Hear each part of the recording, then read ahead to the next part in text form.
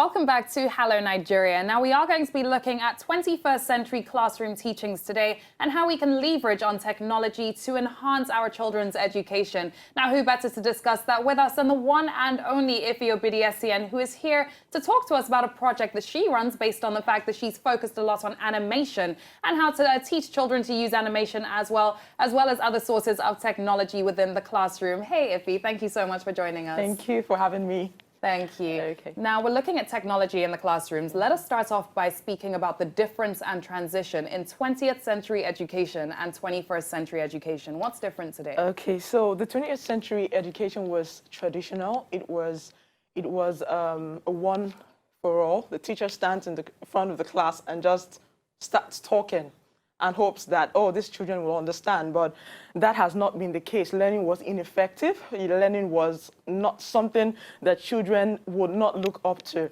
And but the 21st century education is more technology integrated. You see that there is, the difference here is the fact that children are also active during the classroom. There's a feedback mechanism. The teacher is talking and there's a feedback from the children. It's not just, do you understand? Yes, I do, and I want to just leave the class as soon as my teacher is finished. No, there's an interaction going on. There's an engagement in the 21st century. All right, so you also run the Masterclass, the Tech Savvy Teacher Masterclass. Yes. What would you say are some of the things that teachers today need to learn that they still haven't learned yet? Okay, how to get into the world of technology. I notice in my trainings that teachers are even scared of going into software, using technology. They're so scared of it. So let's get into the terrain. There are different technologies abroad. It's a broad scope. There are a lot of software. Personally, I train teachers on how to become content creators. Okay, so you know we are over time more of consumers of content. So why don't we start creating our own content that we can use in the classroom? And it has been very successful as teachers have learned and training other teachers. So there's replication of knowledge here.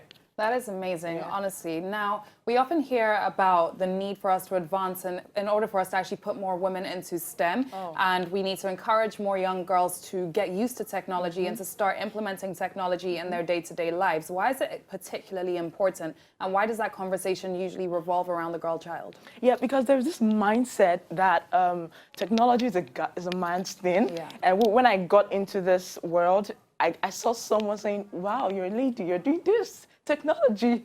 And I was like, okay, yes. And a lot of times ladies are termed technological lazy. They are always termed that way. So I think it's eating deep into the mindset of girls, of ladies, of women around this part of the world. And I think it's something women should take up upon themselves to actually do this. There's one of a participant of last year's Tech Savvy Teacher Masterclass in Port Harcourt, and today she is doing amazing, even much more than the male counterparts. And I'm so proud of the fact that this is a woman doing amazing, and lots of other women out there. So it's eating into the subconscious of women that, look, this is a man's thing, I don't think it's my field. But no, so that's the more reason why that should fly, that should be more prevalent, that women should see themselves as equal participants in the technology field. Now, back in the day when we were in school, Okay. computer was a subject. Computer science was a subject. Yeah. So they would teach you about digital, analog computers, and basic workings of a computer. Okay. Now, give us an insight, or be our eyes into how much computer science has been accepted in modern day education system. Do we still have students being taught computer science? And is it the same way we're being taught when we're much younger, the basics and the surface teachings? Yeah. Okay, well, that approach was really in those days, but I think it's beginning to fade away gradually. Now, when you say IT, technology integration in the classroom, is not just about, oh, I'm doing computer science in school. It's more about integrating technology in other subjects, in every subject area. Talking about maths, talking about English, talking about, so you mentioned animation. Children are now using animation to create stories, to bring their ideas to life. So it's cut across different subject areas. So it's not just about studying computer, analog, hybrid computer.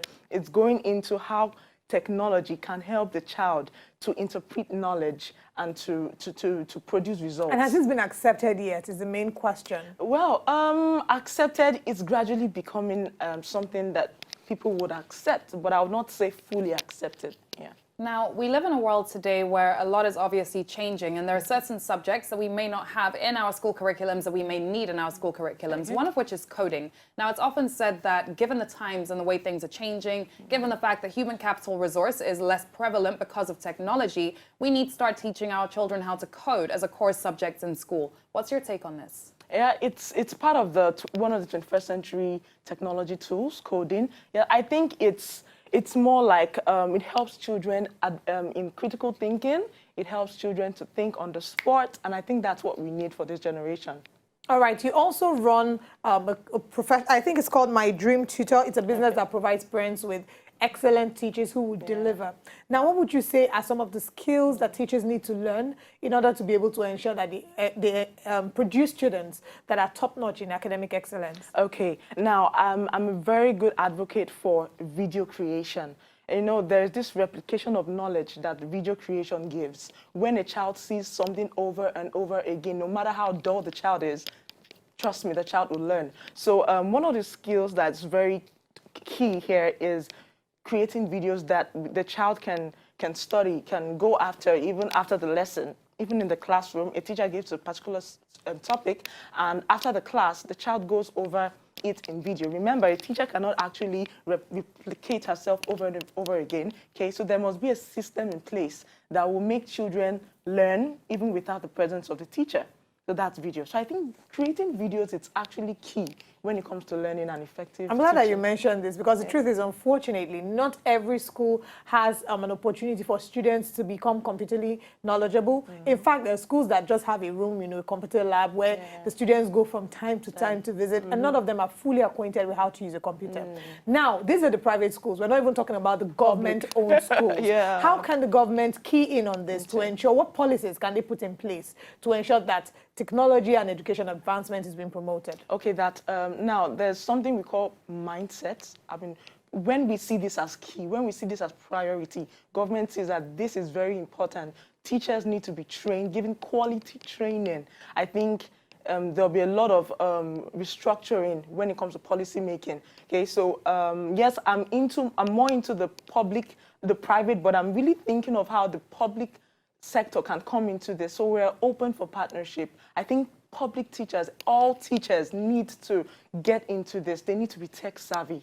They need to be tech savvy. There are a couple schemes in the public service that I know of here in Lagos State that are working on technology in governmental schools. I'll tell you more about it in a second, but although technology has all the positives, there are also a couple negatives to technology in the 21st century. We're finding that we're raising a generation of children that are called a visual generation, and therefore children are losing certain skills. We're not seeing our children reading as many books. We're not seeing our children communicating enough. Now, what schemes do we need to introduce into the classroom to ensure that as we are promoting technology, we are also not taking away from the fact that there are certain core lessons that a child must develop in a classroom that is not relative to technology? Okay, so here we have balance. In everything, we must have balance, okay?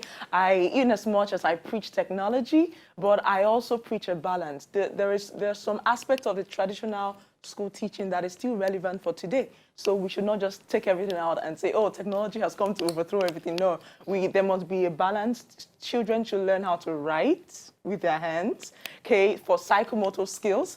And they should learn how to read, go to the library and read hard copy books, not just soft copy books. So I think it all boils down to the school policies.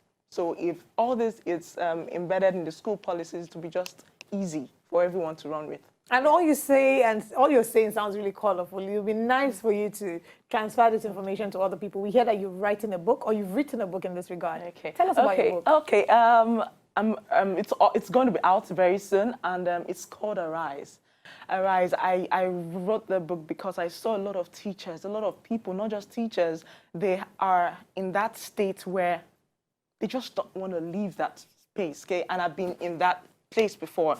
So I took people from the level where if I can arise, I think you too can arise. I think if I'm a success story. You too can be a success story. So it's for everyone. What for are teachers. Share one challenge with us, because it's okay for you to say, if I'm a success story, you too can be a success story. But people would need to be able to connect with what made it difficult for you. So share with us one of the challenges you went through. Okay. I was scared to leave the state I was. I was scared of a lot of things. Oh, what would the future hold like for me? I remember one night I cried. I was like, what is going on? I don't know how 2 years will be from now, but I determined. I had to determine. When I discovered that this was a key area I need to tap into technology in the education sector, I said I need to stand up and make myself visible. So it took a lot of intentionality. It was not just about talking.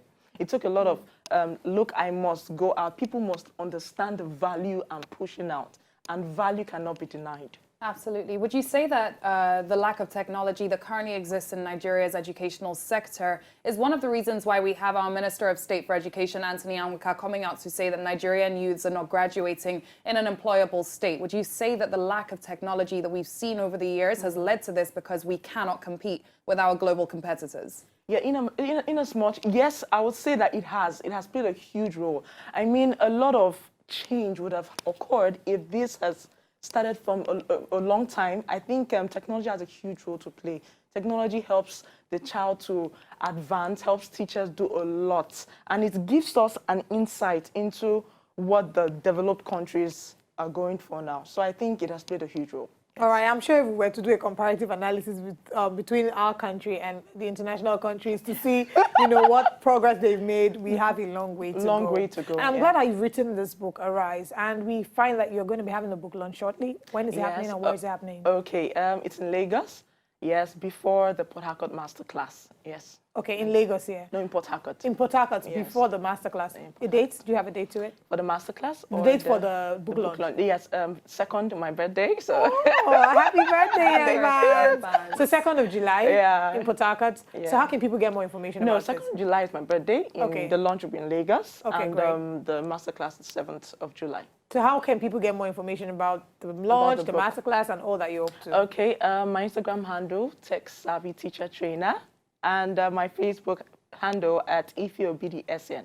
So all right, Tech Savvy Teacher Trainer and Obidi-Essien. Yeah. Okay, we've been speaking with Obidi-Essien, looking at the 21st century and how we can incorporate education and technology. We can merge them and produce results. And it's been such a fantastic conversation. Thank you for joining us. Thank you so much. Thank you for having me. Before we go, very quickly, what sparked your interest in technology? Because I know that your family is a tech-savvy family. So your brother is also in that tech space, content creation. What sparked your interest? Okay, I think I saw him doing stuff and I said, hey.